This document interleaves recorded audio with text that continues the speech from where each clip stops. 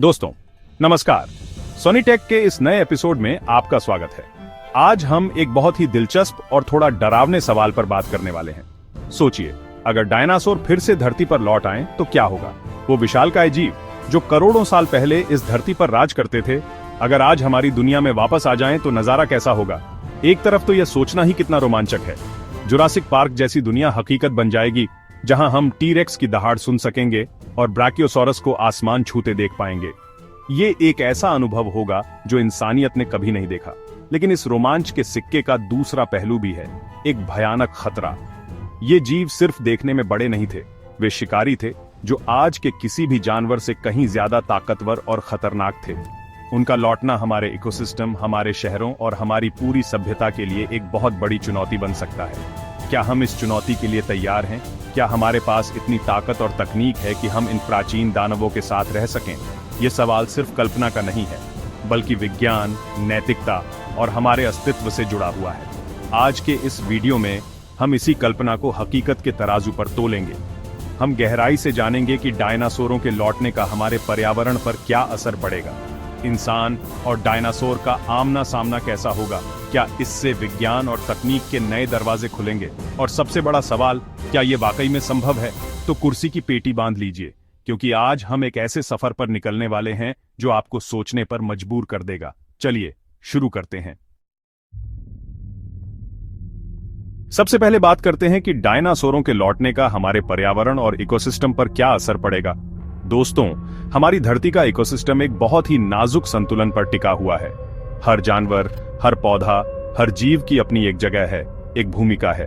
अब कल्पना कीजिए कि इस संतुलित दुनिया में अचानक से टी-रेक्स, वेलोसिरैप्टर और ट्राइसेराटॉप्स जैसे जीव आ जाते हैं। ये सिर्फ नए जानवर नहीं होंगे, बल्कि ये एपेक्स प्रीडेटर्स और मेगा हर्बीवोर्स की एक पूरी नई श्रेणी होगी, जिसके लिए हमारा मौजूदा इकोसिस्टम बिल्कुल भी तैयार नहीं है। आज के सबसे बड़े शिकारी जैसे शेर, बाघ या भालू एक टी-रेक्स के सामने बहुत छोटे और कमजोर लगेंगे। खाद्य श्रृंखला यानी फूड चेन पूरी तरह से उलट-पुलट हो जाएगी। हो सकता है कि शेर और बाघ, जो आज जंगल के राजा हैं, वे खुद शिकार बन जाएं। इसी तरह विशाल शाकाहारी डायनासोर जैसे ब्राकियोसॉरस या डिप्लोडोकस एक दिन में टनों के हिसाब से पेड़ पौधे खा सकते हैं।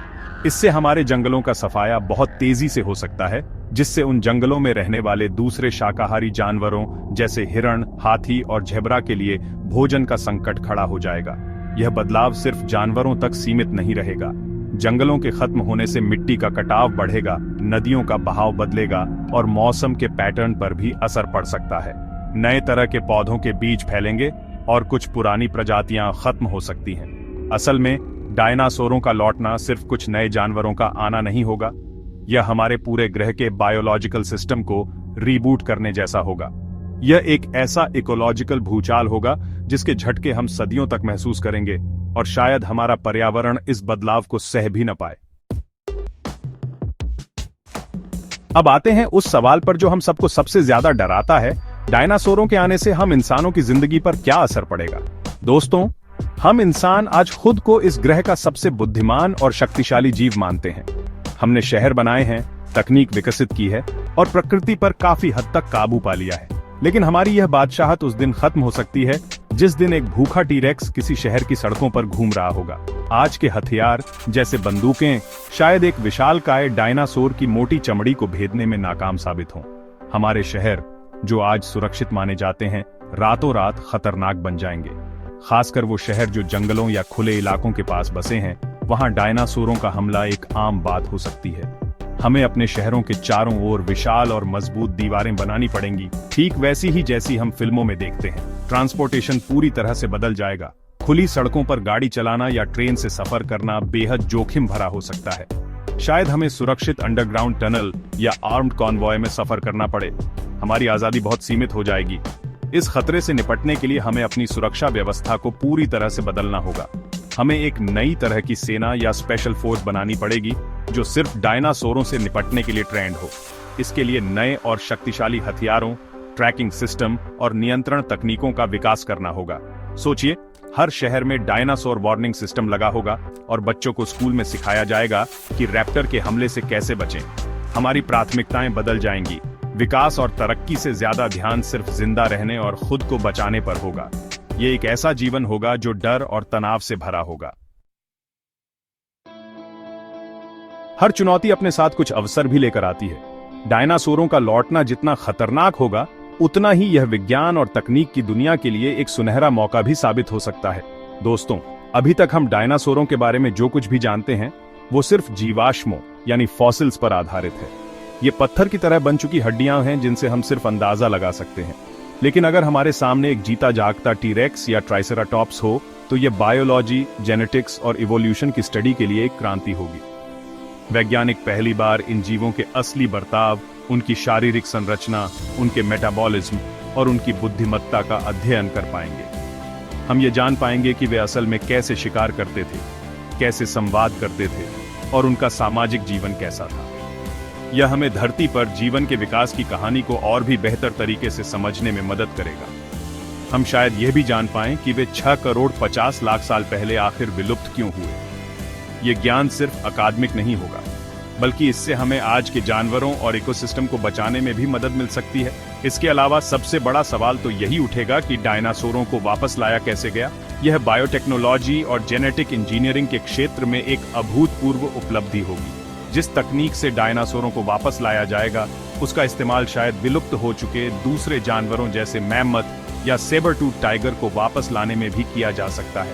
इससे जेनेटिक बीमारियों के इलाज, क्लोनिंग और सिंथेटिक बायोलॉजी के क्षेत्र में भी नए रास्ते खुलेंगे।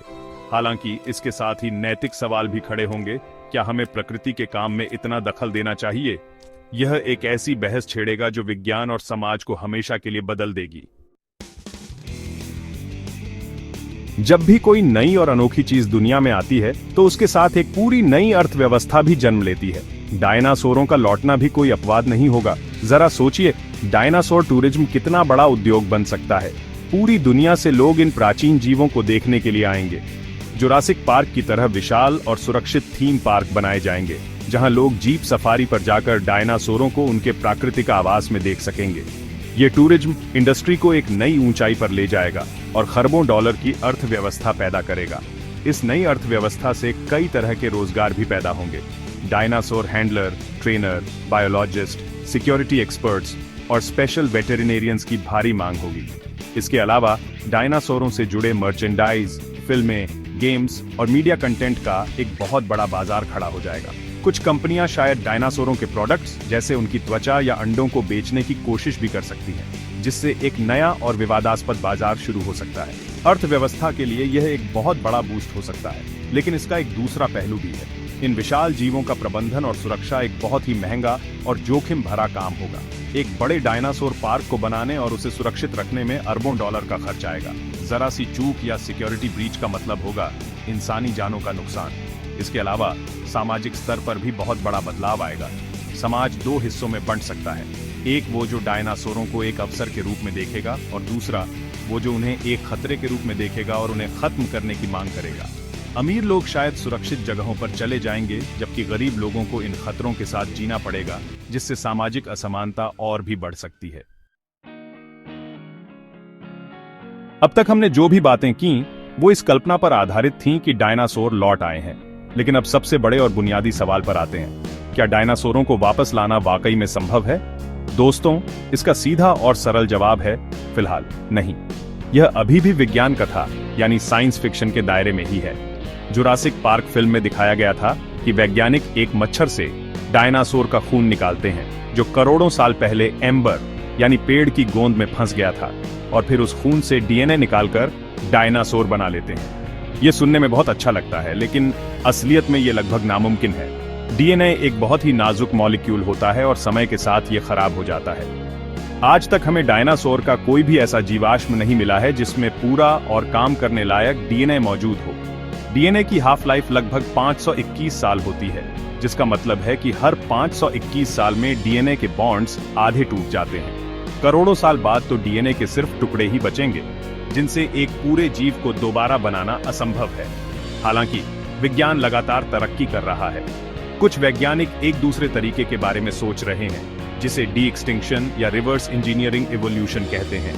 इसका आइडिया यह है कि डायनासोर के सबसे करीबी जीवित रिश्तेदार यानी पक्षियों के डीएनए में बदलाव करके उन्हें धीरे धीरे उनके डायनासोर पूर्वजों जैसा बनाया जाए। जैसे एक मुर्गी के भ्रूण में जेनेटिक बदलाव करके उसके दांत उगाए जा सकते हैं या उसकी पूंछ को लंबा किया जा सकता है, लेकिन इस तरीके से भी एक असली टीरेक्स बनाना शायद कभी संभव ना हो।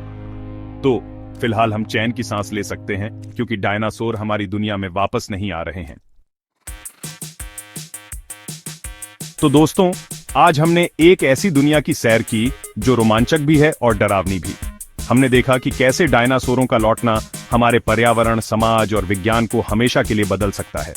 यह एक ऐसी घटना होगी जो इंसानियत को उसकी असली जगह दिखा देगी और हमें यह सोचने पर मजबूर कर देगी कि क्या हम वाकई इस ग्रह के मालिक हैं। एक तरफ विज्ञान के नए दरवाजे हैं, नई अर्थव्यवस्था है और वो रोमांच है जो शायद ही किसी पीढ़ी को नसीब हो, तो दूसरी तरफ एक अंतहीन डर, तबाही का खतरा और हमारे अस्तित्व पर मंडराता एक बहुत बड़ा सवालिया निशान है। यह एक ऐसा विषय है जिस पर कोई एक सही या गलत जवाब नहीं हो सकता। हर पहलू के अपने फायदे और नुकसान हैं। यह हमें हमारी अपनी जिम्मेदारियों का एहसास कराता है कि तकनीक का इस्तेमाल किस हद तक किया जाना चाहिए और प्रकृति के साथ छेड़छाड़ के क्या नतीजे हो सकते हैं। यह सिर्फ डायनासोरों की कहानी नहीं है, यह हमारी अपनी कहानी है, हमारे भविष्य की कहानी है। यह हमें सोचने पर मजबूर करता है कि हम एक कैसी दुनिया बनाना चाहते हैं। अब मैं यह सवाल आपसे पूछना चाहता हूँ, सब कुछ जानने के बाद अगर आपको मौका मिले, अगर आपके हाथ में फैसला हो, तो क्या आप डायनासोरों को वापस लाना चाहेंगे? क्या आप यह जोखिम उठाने को तैयार हैं? अपनी राय नीचे कमेंट्स में जरूर बताइएगा। मुझे आपके विचार जानकर बहुत खुशी होगी। अगर आपको यह वीडियो पसंद आया और कुछ नया जानने को मिला तो प्लीज इस वीडियो को लाइक करें और सोनी टेक चैनल को सब्सक्राइब करना न भूलें, ताकि आप भविष्य में भी ऐसे ही ज्ञानवर्धक और दिलचस्प वीडियो देख सकें। धन्यवाद। जय हिंद।